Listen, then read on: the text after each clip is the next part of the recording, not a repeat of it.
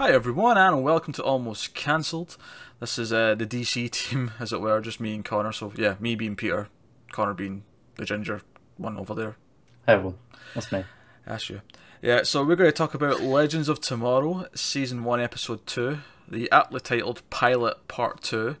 Although I said last week, and I still say it this week, these two kind of worked as their own episodes. I think literally the only thing in this one that made it feel like the second part of something was A, the fact that they were still in the same time period, but that didn't really matter. I mean, it would have still felt fine as a normal episode. And B, I could see the last scene kind of being the end of the pilot scene, but that's it. Yeah, That's pretty much it. So anyway, full spoilers for the episode as always, and let's get into the big thing because we forgot to talk about someone dying on another show this week, and I won't mention what it is just in case you know, because no spoilers for other shows. But so let's start with Hawkman. I'm really glad that this happened because I thought he was the weakest link by far. I thought it was the weakest link, but I think that was, well, intentional is maybe not the right word, but he was the weakest link because they knew they weren't keeping him around, so they didn't Yeah, put as much effort into. yeah, of course. But I also thought the acting was the weakest part as well, like Well, that's what across I the mean. board. Yeah, but I feel like he could have done a better job personally, like, as an Well, no, actor. yeah, no, but what I mean is they put less effort into casting him. Oh, okay. They didn't spend as much money or time or whatever looking for him because they knew he was a couple of episodes. He was cannon fodder Yeah, essentially. Yeah, yeah. It's kind of like when you get a guest star for one episode of a show. They're never as good as the main cast because the main cast have put a lot more. yeah. Well, usually not always. Obviously, there's exceptions, but yeah. Also, it's funny because I remembered when they first announced this show and they announced the cast and the lineup, they mentioned Hawkgirl, but they didn't mention Hawkman, right? But then when the crossover came, Hawkman was introduced. He was a big part of the story. And then when we started Legend of Tomorrow, we've seen all the promotional material. He was there the whole time. It kind of felt like, okay, they've made him a main character. It genuinely felt like they'd made him a part of the main cast. And it made complete sense for them too, from that Yeah. that perspective. Like you got Hawk Girl, then you've obviously later decided to introduce Hawkman. It's like, well, why not throw him in there? And also, they're intertwined. The whole Yeah, backstory. there's no reason to question it. Yeah. So on the one hand, I was surprised, but at the same time, I'm like, oh, this makes sense. Given everything that I'm now remembering, this makes sense that they're killing him off, and he's not a Yeah. long-standing. But it also works well for Hawkgirl because now she has more of a drive. Yeah, I thought again this was a problem that I was having with her. Like because she was the reluctant one to go along in the first place, and yeah, obviously there was a few of them that were like that, but it kind of she stood out as weirder considering she was so intrinsically tied to Vandal Savage. Her not wanting Uh, anything to do it was the weirdest bit. I like it was that weird because I feel like she doesn't remember everything yet, and she's trying. It's Yeah, even what's brought up in this episode. As soon as someone tells her this is your destiny, she's like, "Fuck that! I'm going in the opposite direction." yeah, So perfectly valid. yeah, so I get that. I get that rebel sort of attitude. Um, but to sticking with his death, so she kind of starts to remember in this episode, and I actually thought, well, she's like on the med bay and she's like getting healed, and she starts screaming. Like I started to remember how I felt. And I never got to tell him. I actually thought that was surprisingly effective. Yeah, definitely. And I say surprising because with these CW shows, and I like the Flash, I hate Arrow. I shit an Arrow every week, and I will continue to shit an Arrow until I just can't watch it anymore. But um, I don't tend to get moments like that from these shows. Yeah, you don't tend to get that invested in the relationships. Yeah, that was actually quite a touching moment where she was like, "Oh no, I didn't get a chance to tell him that I started to remember." And it's different from the usual. I didn't get to tell him that I loved him. This was its own little spin on it. This was I forgot to tell. I didn't get a chance to tell him that I remembered that I loved him. You know, like it's just a little bit different, just a different enough to make it a Yeah, little bit more compelling. Um, so that's cool, and also it also gives Vandal Savage a bit more credence as a villain. yeah, he's actually done something now. Yeah, also makes him a bit more powerful because they explained that every time he kills one of them, he gets more powerful, which is why in like the crossover in Flash and Arrow, he was like unstoppable. Yeah, Because in this one, he could literally you could go up and fight him, whereas in that one you couldn't. yeah, Because he because was so he's probably killed them a few times. yeah, at least in all yeah, once if not twice. Yeah. So, um, so that's cool. That was good stuff. Show continues to be fun. You had Doctor. You had Martin something Stein. Stein. There you go. You had Martin Stein seeing his younger self with the other half of Firestorm and White Canary, and some fun moments poking fun at the 70s and all that, and poking fun at his younger self, and stop eating saturated fats because he's older now. He's like, stop it. I want to be in better shape. So that was fun. We had the Back to the Future style sort of element of like him almost erasing his own marriage. Plus, his name. What? Marty. Yeah. Yeah. Oh yeah, true. Yeah, I didn't even think of that. That's a good point. That was the first thing that occurred to me. Like when he introduced himself as Marty instead of Martin. I don't know why that didn't click. But yeah, you're right. You're right. I also thought it was a really, and this is again going back to the idea that some of the characters from the other shows are more fun here. Sarah, when Martin says, "I don't need my younger self being tempted by a sexy assassin from the future." It's like, "Oh, you think I'm set? Don't you finish that?" Like, I thought it was pretty funny. It's a lot of fun. Yeah. Yeah, it's good. And there was even some cool not up to the caliber of Avengers. I'm not comparing it to the Avengers movies in that sense. I just mean there were some Avengers style moments of like them all using their powers at the same time in the same shot. Like when they're outside the house at the end and you see both Firestorm and Atom flying around, and you got the cold and heat guns in the bottom, and then Canary's like jumping about hitting people with sticks, and it felt very like the entire team's working. Same at the start when they go to the terrorist meet and greet, is what I'm calling it, and like Stein's like, "Oh, Atom now," and he like comes out of his pocket, and yeah, that was really cool. I like that because I was wondering where he was, and it didn't. Yeah, he can shrink. Yeah, I also loved that the prop for when his costume shrunk is like a little action figure. I thought that was fantastic. Like they just give it, like they can carry it around as a little action figure whenever they want. And it's like, here you go get dressed. Yeah, that was amusing.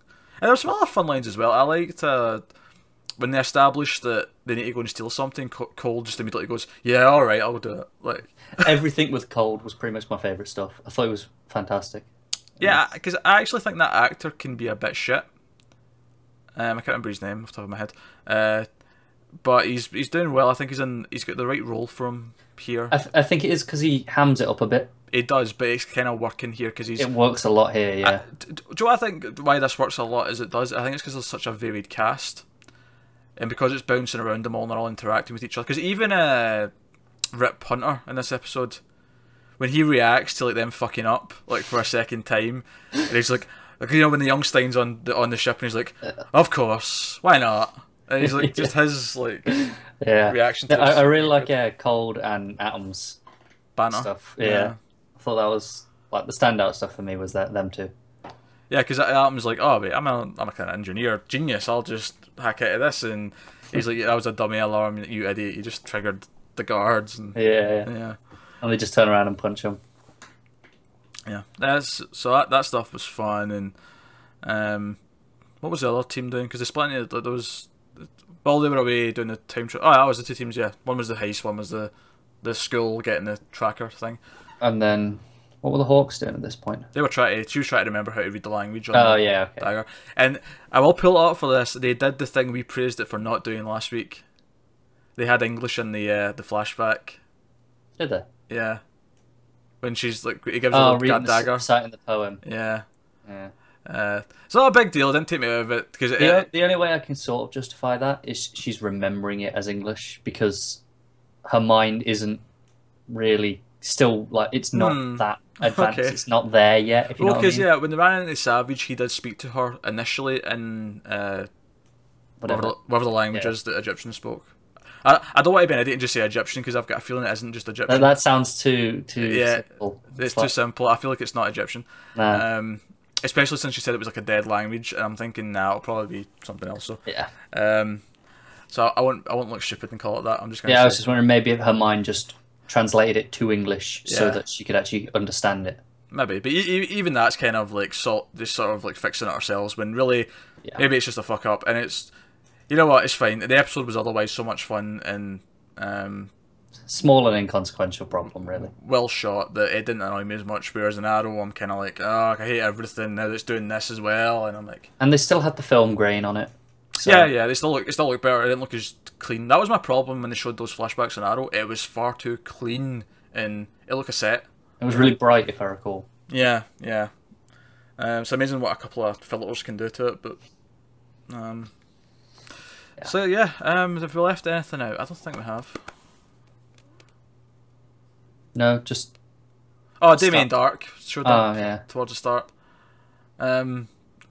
It's funny because there was nothing wrong with his appearance. Like, it was fine. Okay, we've established here then that he's been around for a while. He's kind of immortal as well. So if you're watching Arrow, it's a nice little tidbit. If not, then he's just a character who is apparently a big deal in the arms industry. Yeah. Or Either way is fine. Doesn't really matter. yeah, it wasn't intrusive. It made sense for him to be in a place like that, so I didn't mind it. It was fine. Yeah, definitely. I thought Stein was really funny at the start, actually, when they're trying to get into that terrorist meeting. Oh, because he knows he's terrorist history, so he starts dropping all these metaphorical bombs. Do you know who we are? It did make me think though. Since we ran into Damien Dark, I was like, could we run into like Reverse Flash at some point? Maybe in the future. I feel like we're getting Raish at some point. I feel like maybe I read that somewhere. I don't know. Maybe I'd hope not, just because he was awful. But But then we say that about stuff on Arrow, and then it comes on this. It's great. True. So true. Because we did read this week that we're getting a one-armed, goateed Green Arrow at some point on this show. episode 6. Oh, did you get episode numbers? All right. Yeah, I did. Yeah. Oh, I'll say the one other thing I did like about this episode: Firestorm dealing with the nuclear bomb. I think that's the first time we've really seen him do anything other than just blast and burn shit And fly. and fly. Yeah, but Which, to be fair, as a superhero, that's already pretty useful. Like, a flying guy who can shoot fire, already good enough to be a superhero. But yes, he can do the whole absorbing energy stuff, which is handy. That's hence why the subtitle in the comic is sometimes Firestorm, the Nuclear Men, because they can, deal with atomic energy and all that. They can transmute any sort of energy. I think it is in matter. Yeah, so no, that's good. As in some version of the comics, they can like take something and transform it into another type of matter. Yeah. Yeah, I don't know if they'll go that goofy. Maybe they will though, because Flash is doing the helicopter thing in Flash. Well, it's just a case of they say they can alter the atomic structure and just move it around and change things, basically. Yeah, but when I see that in my head and I'm like in a live action movie or TV show, it sounds and looks really goofy. Yeah, but they could do it with like changing one gas to a different gas. So it's like if it's a poison gas, they could change. Yeah, that's fine. But what I'm seeing in my head is taking like, oh, we've got a lump of wood. Oh, we need some kryptonite. Kryptonite. Not that they need kryptonite in this show because Superman doesn't exist in this universe for obvious reasons because Warner Brothers, blah blah blah blah. But you know what I mean. Like I'm just imagining them taking like a solid thing and turn it into another. Yeah, I don't know if it ever goes that far. I know they can change the atomic structure, but I don't know if they can change its state. So liquid might remain as liquid, solid, gas, etc. I guess if they go by the T1000 rules, it should be fine. And what I mean by that, the rules in Terminator 2, if you've not seen Terminator 2. Is that the liquid metal Terminator can form knives and stabbing weapons, but he can't do anything that has moving parts. So he can't become a bomb, he can't become a gun, because they have mechanical parts. So they can change things, like, so a lump of something can become a lump of something else, but they can't turn it into like a working car or something like that. Yeah, that kind of works. Yeah, that's where I'm going with that. Alright, so that's Legends of Tomorrow. Episode 2 was good. Right, that's the short. Yeah, it's fun. Too long, didn't listen. It's good, it was fun. Some good action sequences. Characters developed a bit more. I like all the characters more now, I think. Definitely. In their roles. Yeah, sure, Heatwave's just a comical guy who says really dumb things. But he's still more fun at it than he is. In Flash, he was a bit of, like, he kind of sticks out as a bit weird, even in Flash. Whereas in this, he kind of works with being that. But Flash, of course, is still good. We still like Flash. Oh, of course. It's Arrow we don't like. But I think in general, we speak about the rogues in Flash as being one of the weaker elements.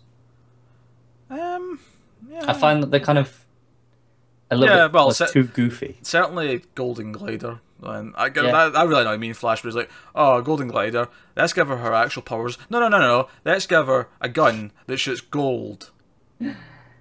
Yes, okay. That was... But I feel like even like Heatwave and Cold are a bit goofy even for Flash, whereas in this, with the time travel nonsense... I think Cold works fine as long as it's not the episode where he's freezing lasers. Because lasers don't freeze and form like lines of ice. That doesn't happen. That's stupid. Anyway, so far the time travel in this is making more sense to me than the time travel in Flash. But absolutely. So it's interesting that they actually coexist. We'll see how that works out. If any fun stuff happens later with Flash characters popping up or whatever, or vibing into it, shall we say? I don't know. But yeah, so that's Legend of Tomorrow. Good. Looking forward to episode 3.